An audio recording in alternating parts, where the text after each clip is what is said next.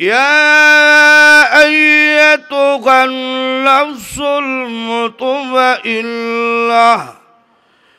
ارجعي إلى ربك راضية مرضية فادخلي في عبادي وادخلي جنتي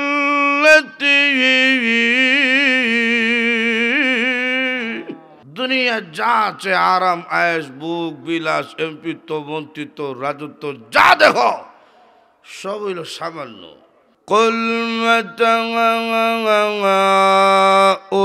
দুনিয়া কলিল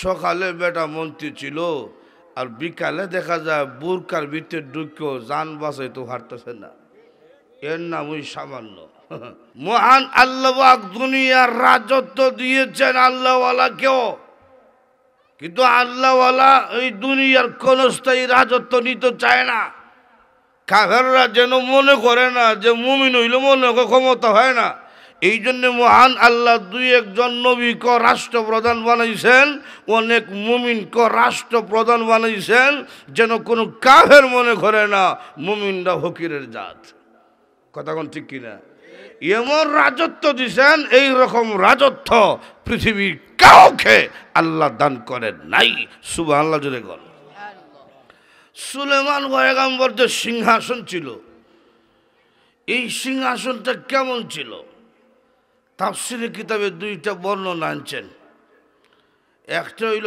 সিংহাসনের ফাঁস 6 মাইল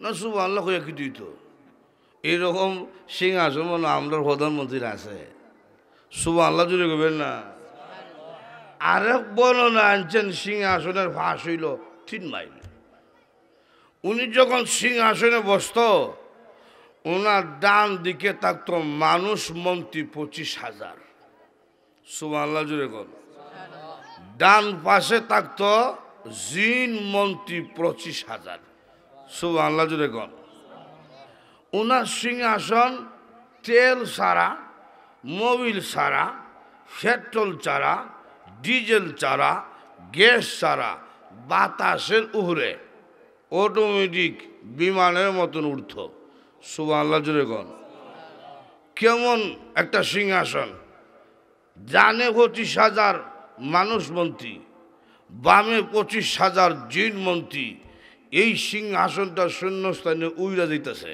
কোনো তেল নাই কোনো মোবিল নাই কোনো পেট্রোল নাই সুবহানাল্লাহ জোরে বলবেন না কোনো ড্রাইভারও নাই এইরকম ক্ষমতা আল্লাহ কারো দিছে একদিন সুলেমান পয়গম্বর যাইতেছে সিংহাসন উড়াইয়া ডানে মন্ত্রী 25,000 বামে মন্ত্রী 25,000 যখন তিনি যায় উড়াইয়া এক কৃষক ব্যক্তি নিচ থেকে দেখতেছে সুলেমান নবী সিংহাসন উঠতেছে দেখে সিল্লেমাইরা উঠছে সুবহানাল্লাহ আমরা তো কিচ্ছু দেখলে কই ও মাই গড বাপরে বাপ কথা ঠিক না ওই ব্যক্তি কি কয় সুবহানাল্লাহ এই কথাটা বাতাস সুলেমান নবীর কানের মধ্যে পৌঁছিয়া দিছে কেন বাতাস ওনার নিয়ন্ত্রণে ওনাকে আল্লাহ এমন রাজত্ব দিয়েছিলেন বাতাস ওনার কথা শুনত সুবহানাল্লাহ জোরে কর বাতাস ওনার কানের মধ্যে সুবহানাল্লাহ শব্দ পৌঁছিয়া দিছে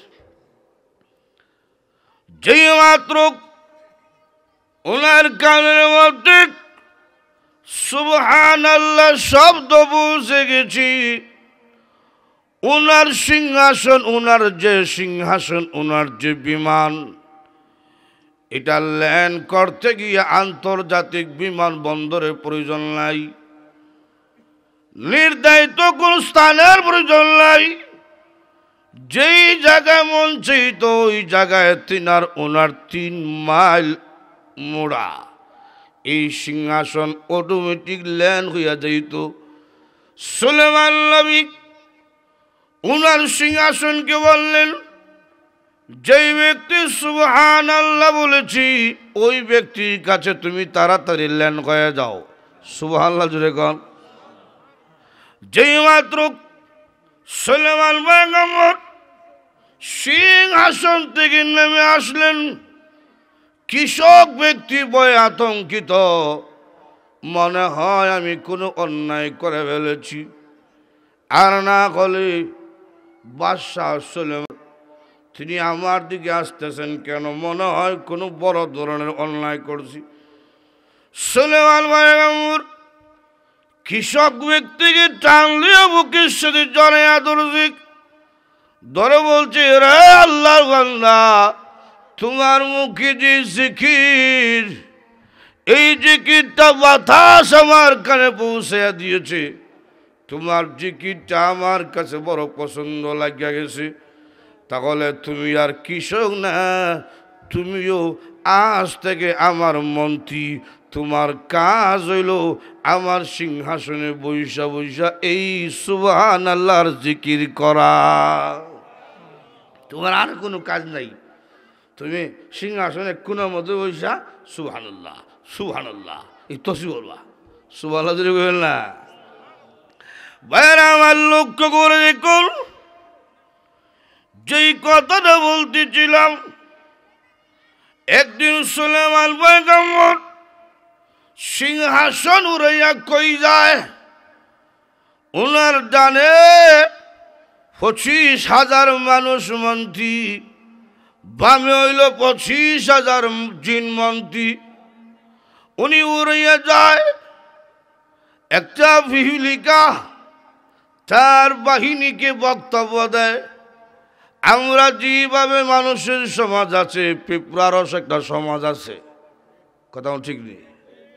সুলাইমান পয়গম্বর সিংহাসন উড়াইয়া সামনে গিয়া ল্যান্ড করছে, এমনি দেখে পিপীলিকা তার জাতি ভাইদেরকে বক্তব্য দেয়।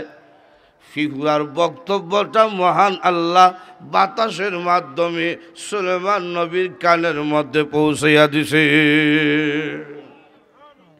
কেমন রাজত্ব! পিঁপড়ার কথা উনি বুঝে, ফাঁকির কথা উনি বুঝতো।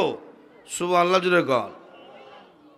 উনি যখন সিংহাসন উড়াইতো, উপরের ছাদ ফাঁকি ফাঁকা, হাজার হাজার লক্ষ লক্ষ পাখি, ওই ফাঁকিরা ফাঁকা মেলাইয়া ওনার সিংহাসনে ছায়া দেয়া ধরত।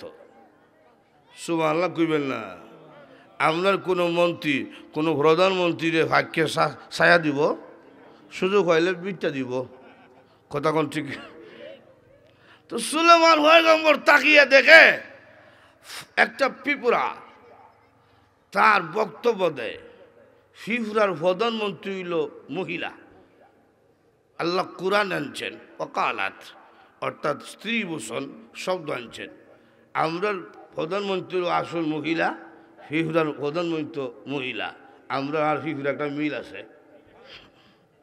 কথা কোন ঠিক না? এখন হয়তো আমরা প্রধানমন্ত্রী মহিলা নাই, কোন সময় আয়া বলতো ঠিক নাই। তো লক্ষ্য করে দেখেন। তবে আমরার প্রধানমন্ত্রী যেতে পিঁপড়া যে প্রধানমন্ত্রী তার দায়িত্বশীল, আমরা চাইতে তারা দায়িত্বশীল বেশি। সুবহানাল্লাহ জুড়ে গো। কি দায়িত্ব? হে যে প্রধানমন্ত্রী তার অধীনস্থরে কইতাছে, ইয়া আইয়ুহান নাম উদখুলু মাসাকিনাকুম লা ইয়াহতিমান্নাকুম সুলাইমান। প্রধানমন্ত্রী, কেন তোমরা ঘরে প্রবেশ করবা? যে সুলাইমান পয়গম্বরের সাথীরা তো 50,000 বাহিনী, তাদের পায়ের নিচে হইরা তোমরা মারা দিবা। সুতরাং তোমরা আমার অধীনস্থ, তোমাদেরকে হেফাজতে রাখার দায়িত্ব এটা আমার। কারণ দায়িত্বটা আমার কাছে দেওয়া হয়েছে। যিনি অধীনস্থ যারা ক্ষমতায়, যিনি অধীনস্থের হেফাজত করার ব্যবস্থা করে দেওয়ার দায়িত্ব ওনার। কথা কোন ঠিক কিনা? আমরা যদি জিজ্ঞেস করি কোনো এমপি মন্ত্রীরে, অমুক মল্ল কেন, খুন হইল কেন, গুম হইল কেন, আমরা কিতা কইতাম, এটা প্রশাসনে জানে। কিয়ামতের কঠিন ময়দানে সব দায়িত্বশীলরা আল্লাহর আদালতে দাঁড়িয়ে জবাব দিতে হবে, তোমার জনগণ কোন অপরাধে গুণ হইল। কথা কোন ঠিক কিনা? এমনি এমনি ছেড়ে দেওয়া হবে না, এমনি ছেড়ে দেওয়া হবে না। কারণ দায়িত্বশীল একটা দায়িত্ব আছে, জনগণের খোঁজখবর নেওয়া। এইটা যিনি দায়িত্বশীল তার এটা তার অধিকার, অধীনস্থর খোঁজখবর নিতেই হবে। কথা কোন ঠিক না? হিজুরার কাছ থেকে শিক্ষা নেওয়ার অনেক কিছু আছে আমরা। কথা কোন ঠিক কিনা? আমরা তো কুরআনে যে আল্লাহ পাক এই আয়াতগুলা নাজিল কইরা আমাদেরকে জানাইছেন কেন? যেন আমরা এর থেকে শিক্ষা নিতে পারি। কথা কোন ঠিক কিনা? ঠিকই আমরা শিক্ষা নিই না, নবীর সাহাবীরা শিক্ষা নিয়েছিল। হযরত ওমর রাদিয়াল্লাহু আনহু তিনি যখন রাষ্ট্রীয় ক্ষমতায় আমিরুল মুমিনিন হইয়া রাত্রে ঘুমায় না, মদিনার পাড়া মহল্লায় নিজে চক্কর দেয়, অধীনস্থর খোঁজ খবর নেয়। সুবহানাল্লাহ। আরেকটু জোরে কোন। হযরত ওমর রাদিয়াল্লাহু আনহু কোরআন কবুল করেছে। কোরআন বলেছে কিয়ামতের কঠিন ময়দানে আল্লাহর সামনে দাঁড়াইয়া দায়িত্ব সম্পর্কে জবাব দিতে হবে। আমি যে দেশে দায়িত্ব নিলাম, আপনার চেয়ারম্যান, আপনার এমপি, আপনার জনগণ কোন অপরাধে কে মরলো, আপনি কেন খোঁজ খবর নিলেন না, জবাব দিতে হবে। কথা কোন ঠিক কি? এই জন্য হযরত ওমর রাদিয়াল্লাহু আনহু একা একা করে জনগণের খোঁজ খবর নেয়। একদিন হযরত ওমর রাদিয়াল্লাহু আনহু প্রচণ্ড ঠান্ডার মধ্যে মদিনায় যেই রকম বেশি গরম, ওই রকম মাঝে মধ্যে বেশি ঠান্ডা পড়ে। প্রচণ্ড ঠান্ডার মধ্যে একা একা বের হয়ে গেছে। সামনে যাওয়ার পরই একটা ঘর থেকে আর্তনাদ শোনা যায়। আর্তনাদ বলা হয় ওই কান্নাকে, যে কান্নায় কলিজার মধ্যে ধরে। হযরত ওমর রাদিয়াল্লাহু আনহু যে মাত্র কান্নার আওয়াজ শুনলেন, ওই ঘরের কাছে গেলেন, ডাক দিলেন, কে কান্দে গো? ঘরের ভিতর দিয়ে একজন মহিলা জবাব দেয়, একজন শহীদের বাচ্চারা কান্দে। কেন কান্দে গো? কান্নার কারণ হইল 3 দিন ধরে পেটে খাবার নাই। এ মহিলা, তুমি কি ওমরকে জানাওনি? মহিলা জবাব দেয়, রে পথিক, তুমি কি নবীর হাদিস জানো না? নবীর হাদিস হইল যিনি দায়িত্বশীল অধীনস্থর খোঁজ খবর নেবে সে। কোনো হাদিসে নাই যারা অধীনস্থ তারা খবর দিব দায়িত্বশীলকে। হযরত ওমর রাদিয়াল্লাহু আনহু এই কথা শোনা মাত্র কান্না শুরু করলেন। চলে গেলেন বাইতুল মালে। বাইতুল মালের দায়িত্বশীল যিনি, উনি হইল ওনার আজাদ কিলো গোলাম হযরত আসলাম রাদিয়াল্লাহু আনহু। আসলাম রাদিয়াল্লাহু আনহু ডাক কয়, আরে আসলাম, কিয়ামতের কঠিন ময়দানে আল্লাহর সামনে আমি আসামি হয়ে যাব। এক বস্তা আটা আমার কান্দে উঠিয়া দে, তেল দে, কিছু মশলা দে, আমি নিয়ে যাব। একজন বিধবা স্ত্রী, ওনার কাছে ওনার বাচ্চারা 3 দিন পর্যন্ত কিছু খায়নি। হাদা আসলাম বলে, আমিরুল মুমিনিন, আপনি কেন নেবেন? আমার কাঁধে দিন, আমি নিয়ে দিব ওই বিধবা মহিলার ঘরে। হযরত ওমর রাদিয়াল্লাহু আনহু বলছেন, আসলাম, আজকে আমিরুল মুমিনিন আমি, এই জন্যে তুমি আমার বোঝা নিতে চাও। কিয়ামতের কঠিন ময়দানে তো আর আমি আমির না, সব সমান সমান। যখন কিয়ামতের কঠিন ময়দানে আমার রাষ্ট্রীয় ক্ষমতা থাকবে না, তখন কি আমার গুনার বোঝা তুমি কাঁধে নিবি? ও আসলাম, চল আমার সাথে, ঠিক আছে হাঁটার বস্তা আমার দে, তুই তেল নে মশলা নে। দুজন গেলেন, গিয়া ডাক দিলেন মহিলা গো, ও মহিলা কিছু হাড়ি পাতিল বাহিরে দাও। অন্ধকার রাত, মহিলা হাড়ি পাতিল বাহিরে দিল। হযরত উমর রাদিয়াল্লাহু আনহু আগুন ধরাইয়া রুটি বানাইয়া নিজে রুটি বানায়। সুবহানাল্লাহ। মাঝে মধ্যে আগুন নিভা যায়, তুমি ফু দিয়ে আগুন ধরায়। ফু দিলে আগুনের হাওয়ারে ওনার চেহারা দেখা যায়। ঘরের ভিতর থেকে মহিলা দেখতেছে লম্বা লম্বা দাড়ি, বুড়া বেড়া হইতে গেছে। সুবহানাল্লাহ জুড়ে কর।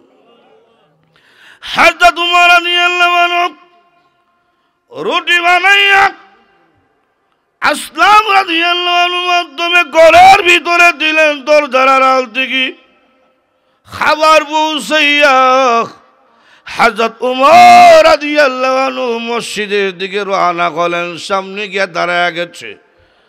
হযরত আসলাম বলছে, আমিরুল মুমিনিন, আজানের সময় হয়ে গেছে, আপনি ইমামতি করতে হবে, চলুন নামাজের সময় হয়ে যাচ্ছে।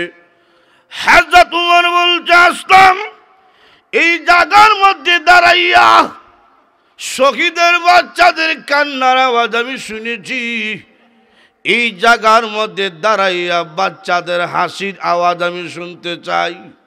সুবহানাল্লাহ জোরে বল।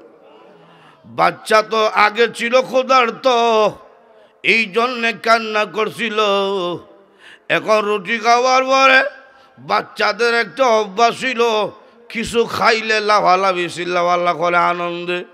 রুটি খাওয়ার পরে যখন হাসি তামাশা করবে, এই আবার শুনিয়া আমি খুশি মনে মসজিদে যেতে চাই। সুবহানাল্লাহ জোরে কর। কিছুক্ষণ পরে ছোট্ট বাচ্চারা রুটি খাইয়া মুচকি হাসি দিয়েছি। আমিরুল মুমিনিন মসজিদে চলে গেলেন, ফজরের নামাজ পড়াইলেন।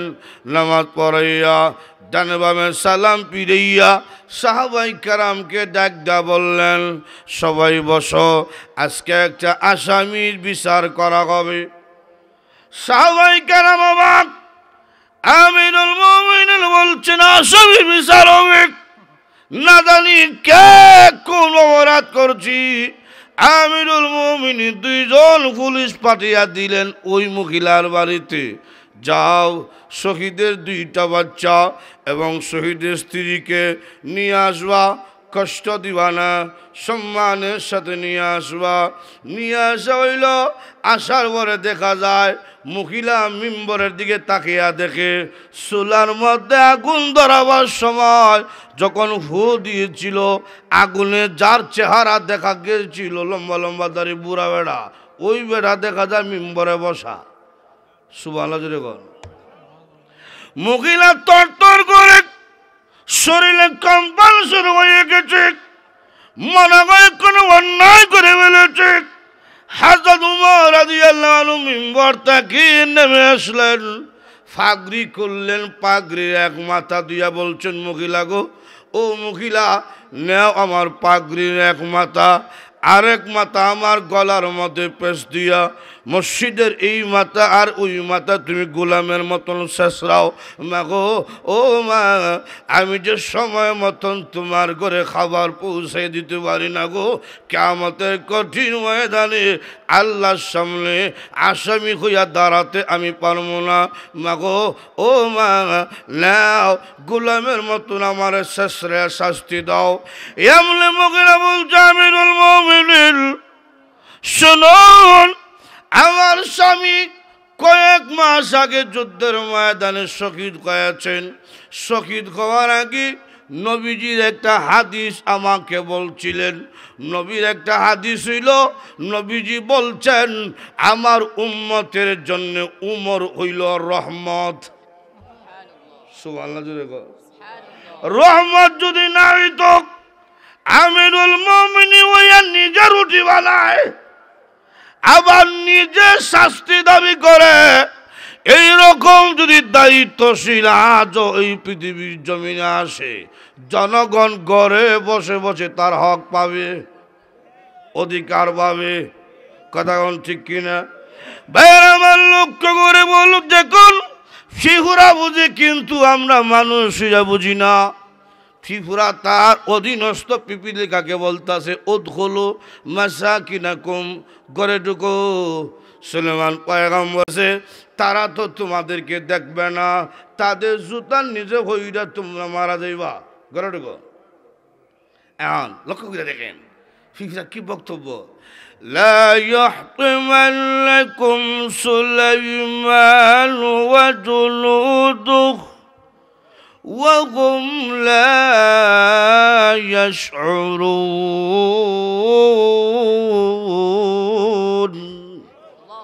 ফিফুরা ধারণা করতে পারে যে নবীর সাহাবীরা, নবীর সাথীরা আমাদের ভাইয়ের নিচে হালায় মারতো কেনে, এটা ধারণা আনতে পারে। এই জন্যে ফিফুরার প্রধানমন্ত্রী কইতাছে তোমরা তো ছোটো, তোমরা নবীর সাথীরা দেখতো না, দেখলে মারতো না। সুবহানাল্লাহ জুড়ে কর। একটা ফিফুরা বুঝে নবীর সাথীরা, নবীর অনুসারী যারা, তারা কোনোদিন জঙ্গে হতে পারে না, তারা কোনোদিন সন্ত্রাস হতে পারে না। কিন্তু আমরা মানুষই এটা বুঝি না। আমরা দেশে অনেক নাস্তিক মার্তা মন্ত্রী আছে, কয় মোল্লারা সন্ত্রাস আসেনি। ফিফুরাই বুঝে, হে বুঝে না। এ কুকুরের চেয়ে তোর নিকৃষ্ট, কথা কোন ঠিক কিনা? তো লক্ষ্য করে দেখেন ফিফুরা কি তার দায়িত্বশীল। যেই মাত্র কইছে সব নিরাপত্তায়, কারণ আমরা প্রধানমন্ত্রীর কথা মানি না, আমরা আমিরের কথা, প্রধানমন্ত্রী বাদ দেন, আমরা মুরব্বী মানি না, কথা ঠিক না? ফিফুরার মধ্যে এটা আছে, তার অক্ষ, আমরা মধ্যে অক্ষ নাই। দেখেন আমি দেখছি এটা, আপনারাও দেখেন ফিফুরা দেখেন লাইন দুইটা যায়, ঠিক না? আর একটা ফিফুরা দেখেন উল্টা যায়, দেখছেন নি কোনো দিন? সব লাইন দুইটা আর একটা উল্টা, কিছুক্ষণ ভর হয়ে ব্রেক দেয়। ব্রেক দেয় কি জন্য কয়? ব্রেক দেয় ইটি কয় নেত্রীর অর্ডার, লাইন ছাড়বা না। সুবহানাল্লাহ জুড়ে কন। আর আমাদের আন্দোলন যদি কোন নেতা নেত্রীরা দেয়, নেতা যাইতেছে সামনে যা মিছিল যার, পিছনে জনগণে আগুন দেয়, সব জ্বালাইয়া সরকার, কথা কোন ঠিক কিনা? আমরা মধ্যে এটা নাই, তার মধ্যে ঐক্য আছে, তারা ঐক্য আছে। দেখবেন বৃষ্টির সময় নেত্রীর অর্ডার দেয় ঐক্যবদ্ধ হও, ঐক্যবদ্ধ হও। ঐক্যবদ্ধ কেমনে হয়? দেখবেন বৃষ্টির সময় ফিফুরা সব গোল হইয়া সাক্ষী হইয়া যায়, সাক্ষী হইয়া যায়, খালি গুলতে থাকে। তাফসীরে কিতাবে আনছে পানির মধ্যে ফিফুরা চাক্কা 6 মাস যদি এইভাবে ঘুরতে থাকে, এরপরও একটা ফিফুরা পানির কারণে মরবে না। কেন? ঐক্যবদ্ধ। আমরা যদি এক দল আরেক দলে ডাকে, গোল টেবিলে বসো, জাতীয় সমস্যার মোকাবেলা করতে হবে, তখন এক দলে জবাব দেয় তোমরা গোল টেবিলে বসো, আমরা পারতাম না, আমরা মধ্যে কোনো ঐক্য নাই। তো লক্ষ্য করে দেখেন যেই কথাটা বলা উদ্দেশ্য, সুলেমান পয়গম্বর যে ফিফুরা বক্তব্য দিতেছে, ফিফুরার নেত্রী ফিফুরারে বক্তব্য দেয় উদখুলু মাসাকিনাকুম, এই তোমরা ঘরে ঢুকো। সুলেমান পয়গম্বর ওনার বাহিনী নিয়ে আইতেছে, এই কথাটা বাতাস ওনার কানের মধ্যে পৌঁছিয়া দিছে। সুবহানাল্লাহ জুড়ে কন। তো সুলেমান পয়গম্বরের কাছে যখন বাতাসে আওয়াজটা পৌঁছিয়ে দিছে, তো সুলেমান পয়গম্বর ফিফুরার কথা শুনিয়া আনন্দে মুচকি হাসি দিছে যে ফিফুরা এত জ্ঞানী। সুবহানাল্লাহ জুড়ে কন। ফিফুরা এত জ্ঞানী, ফিফুরাও বুঝে নবীর আদর্শ যারা গ্রহণ করে তারা দেখলে তোমরা মারতো না। সুবহানাল্লাহ জুড়ে কন। এই জন্যে ইসলাম বলছে কোনো গর্তে পেশাব করো না। এই যে গর্ত দেখা যায় চিপা চাপা, এগুলো পেশাবের আদব না, করো না। কেন? ফিফুরা থাকতে পারে। তোমার দুদিও পেশাব 100টা, কিন্তু তার জন্য তো কুশিয়ার নদী মন হইব, কথা ঠিক না? এই জন্যে গাথা থেকে পেশাব করা নিষেধ। লক্ষ্য করে দেখেন সুলেমান পয়গম্বর ফিফুরার বক্তব্য শুনিয়া মুচকি হাসি দিছে, মুচকি হাসি দেখো সুবহানাল্লাহ, ফিফুরা এত জ্ঞানী, ফিফুরা ডাক্কা ওনার সামনে আনছে, বাতাসে যে ওনার কানের মধ্যে পৌঁছেছে ফিফুরার আওয়াজ, উনি সঙ্গে সঙ্গে 3টা দোয়া করছিলেন। এই 3টা দোয়া আল্লাহ পাক আমার তেলাওয়াতকৃত আয়াতের মধ্যে উল্লেখ করছেন। সুবহানাল্লাহ জুড়ে। যদি এই 3টা দোয়া বর্তমানে শাসক যারা গ্রহণ করত, এরা ধ্বংস হইত না। কথা কোন ঠিক কিনা? সুলেমান পয়গম্বর গোটা রাজত্ব, গোটা পৃথিবী রাজত্ব করে, ফাঁকি উনার কথা শুনে, ফিহুরা উনার কথা শুনে, বাতাস উনার কথা শুনে, সব মাখলুক উনার কথা শুনে। কেমন রাজত্বের মালিক, কেমন ক্ষমতাবান আল্লাহ তাআলা তোমাকে দান করছে। উনি এই সমস্ত নিয়ামত হইয়া অহংকারী হইছে না। আর আমরা 15 বছর আর 17 বছর ক্ষমতা হইলে আমরা কই আমার ক্ষমতা কোনোদিন যাইতো না। কথা কোন ঠিক কিনা? পরে দেখা যায় শেয়ার নিজের দেশেই নাই, আরব দেশে গিয়ে উল্টে পড়ে। কথা কোন ঠিক কিনা? অহংকারী হওয়া যাবে না, ক্ষমতা হইয়া নত হও। কার কাছে? আরো যখন কার কাছে? সুলেমান পয়গম্বর উনি আল্লাহর কাছে দোয়া করছেন। আল্লাহ কি? وقال رب أوزعني أن أشكر نعمتك التي أنعمت علي وعلى والدي। উনি দোয়া করছে। কি ক্ষমতা একজন ব্যক্তি হয়েছে, উনি কি দোয়া করে? প্রভু অসংখ্য গণিত নিয়ামত আমাকে দান করেছ। প্রভু গো, ফিহুরার ভাষা বুঝা এটা আমার বাহাদুরি না, এটা তোমার দান। সুবহানাল্লাহ জুড়ে বল। ফাকির ভাষা বুঝা এটা আমার কোনো ক্ষমতা নাই, এটা তোমার দেওয়া দান। বাতাস আমার কথা শুনি, এটা আমার কোনো নিজস্ব বাহাদুরি নাই, এটা তোমার দান। কথা কোন ঠিক কিনা? হ্যাঁ প্রভু, আমি যেন তোমার শুকর গুজার থেকে গাফেল না হই। আল্লাহ, তুমি আমার বাবাকে রাজত্ব দিয়েছিলে, আমাকেও তুমি রাজত্ব দিয়েছ। সুলেমান পয়গম্বর তিনি শুধুই বাদশাহ না, ওনার বাবা দাউদ পয়গম্বর তিনিও ছিলেন বাদশাহ। এই জন্যে বাবার কথাও দোয়ার মধ্যে আনছেন। আল্লাহ গো, আমাকে নিয়ামত দিয়েছ, আমার বাবাকেও নিয়ামত দিয়েছ।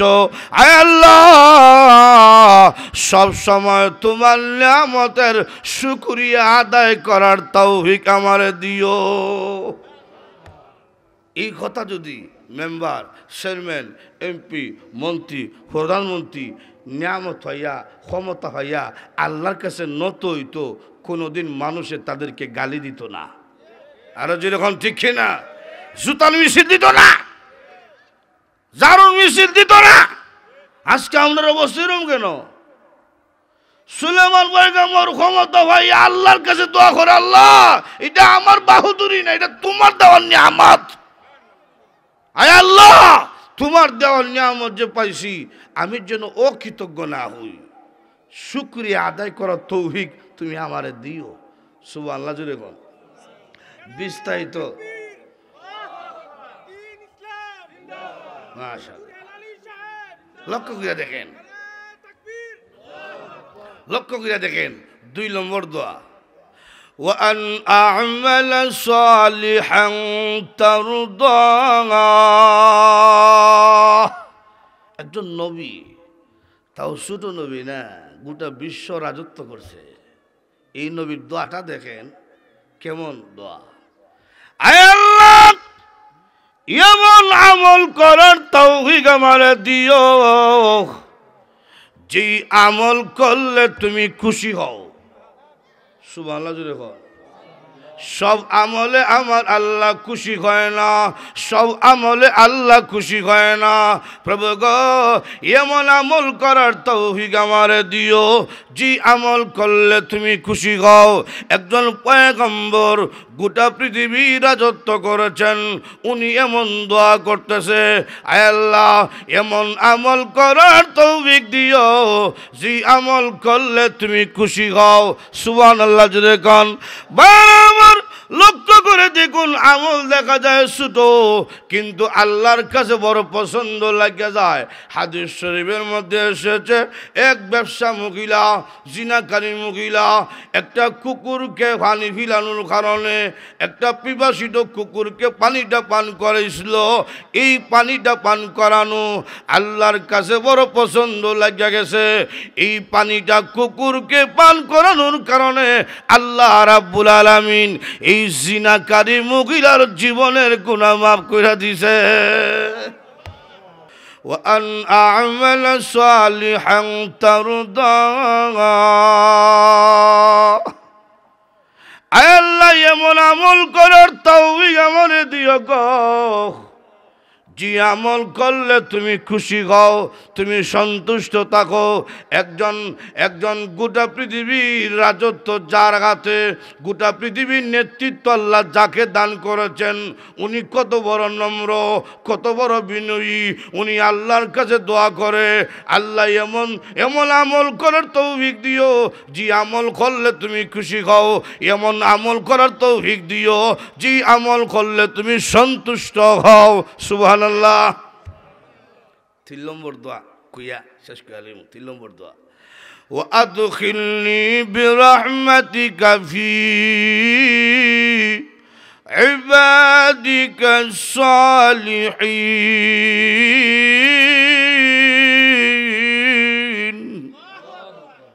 আল্লাহ, তোমার নেককার বান্দাদের অন্তর্ভুক্ত আমারে কইরো। সুবহানাল্লাহ জোরে বল। হ্যাঁ প্রভু, ফাকির ভাষা আমি বুঝি, ফিহুরার ভাষা আমি বুঝি, বাতাসের ভাষা আমি বুঝি। এই যে দুনিয়ার ক্ষমতা আমারে দিয়েছ, আমি যেন নষ্ট না হই, আমার ক্ষমতা যেন আমারে তোমার থেকে গাফেল না রাখে। আল্লাহ গো, তোমার নেককার বান্দা যারা, তাদের অন্তর্ভুক্ত আমাকেও রাখো। এই কথাগুলা যদি রাষ্ট্রপ্রধানরা স্মরণ রাখতো, এই মিছিল যা ভারত ফাটাই লাগে, কথা বলছে, এই মারামারি দরকার আছে। ক্ষমতা হইলে উস ঠিক থাকে না, এমন কোনো শক্তিশালী কেউ নয় আমরা রে উল্টিয়া ফেলাইতো। সুলেমান পয়গম্বর কি ব্যক্তি, উনি কইতাছে আল্লাহ ক্ষমতা দিছ আমি যেন নষ্ট না হই, আল্লাহ আমি যেন নষ্ট না হই। নবীদের তকদিরে নষ্টর কোনো দাগ নাই। এর পর দোয়া করতেছে, আল্লাহ রাজত্বদের দেয়া দিছ, রাজত্বটা গরম আছে না, আমি যেন নষ্ট না হই। আল্লাহ তোমার নেককার বান্দাদের অন্তর্ভুক্ত আমারে রাখো। কেন? নেককার বান্দার অন্তর্ভুক্ত না হইলে জান্নাতে যাওয়া যাবে না। জান্নাতে যাইতে হইলে আল্লাহওয়ালাদের দলে ঢুকতে হইব। কথা কোন ঠিক কিনা? আল্লাহ কুরআনে বলছেন, ইয়া আইয়াতুহান নাফসুল মুতমাইন্নাহ ইরজিই ইলা রাব্বিকি রাদিয়াতাম মারদিয়াহ ফাদখুলি ফি ইবাদি ওয়াদখুলি জান্নাতি।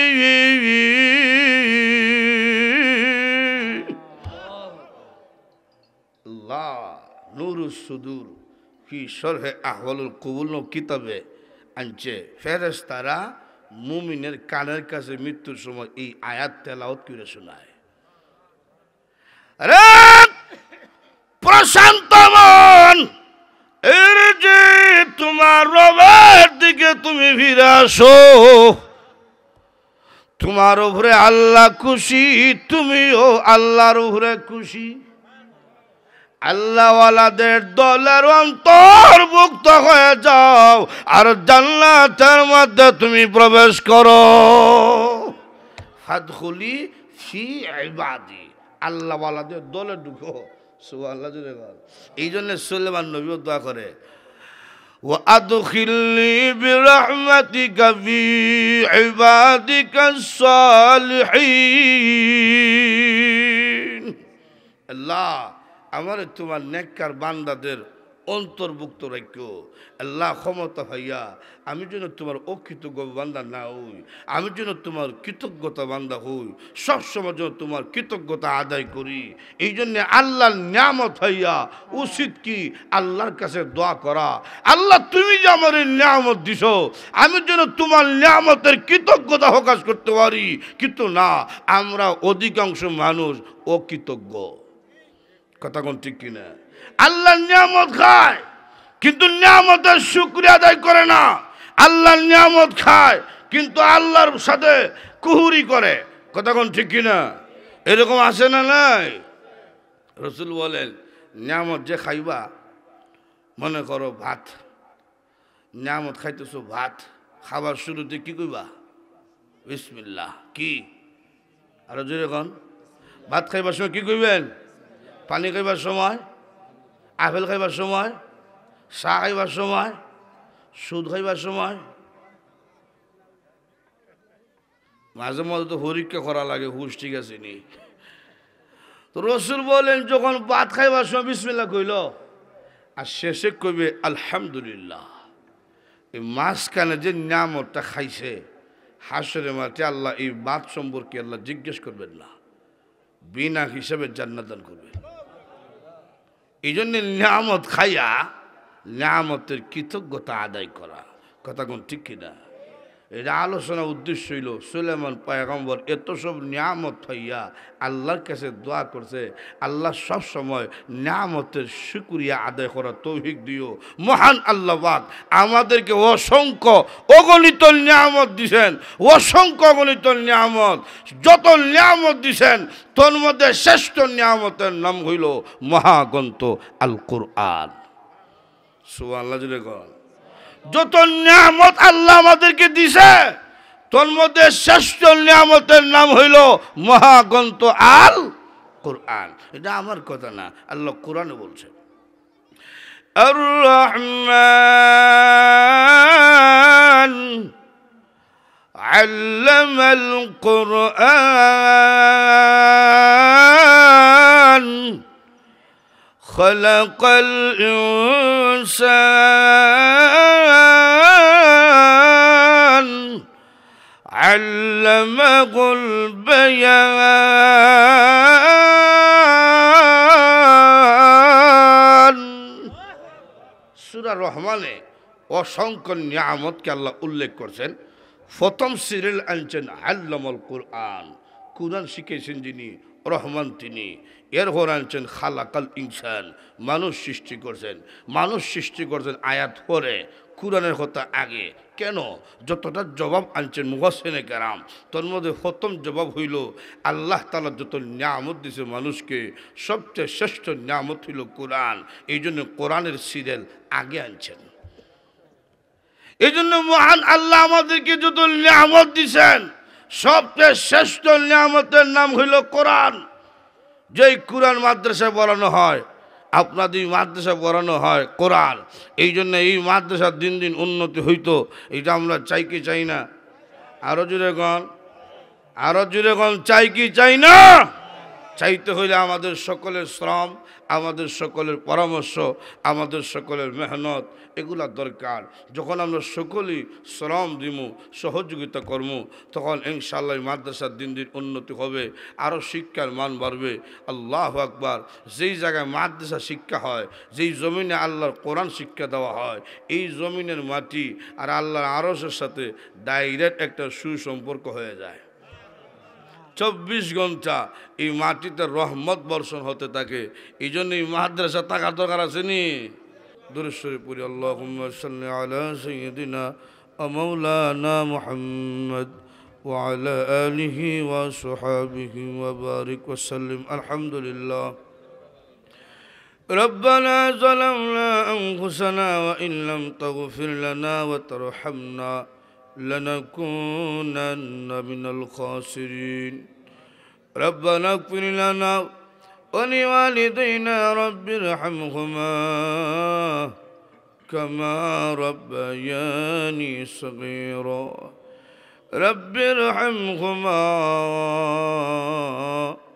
كما ربياني صغيرا রব্বুল আলামিন এই মজলিসের মধ্যে আমি সবচেয়ে বড় গুনাহগার আল্লাহ যার হাত পছন্দ লাগে ওই হাতকে উসিলা করে আমাদের জীবনের সব গুনাহ মাফ করে দাও রব্বুল আলামিন আল্লাহ গুনাহ করে জীবন নষ্ট করে দিয়েছি গুনার দিকে যদি তাকাই জাহান্নাম ছাড়া কোনো রাস্তা দেখি না এমন কোনো আমলও করতে পারি নাই যে আমল দিয়া জান্নাতের আশাও করা যায় না এরপর তুমি না বলেছ লা তাকনাতু মির রাহমাতিল্লাহ এই বান্দা বান্দি যত বড় গুনাহগার হও না কেন আমার রহমত থেকে তোমরা দূরে যাও না আল্লাহ বুক ভরা আশা নিয়ে ভিখারির বেশে হাত তুলেছি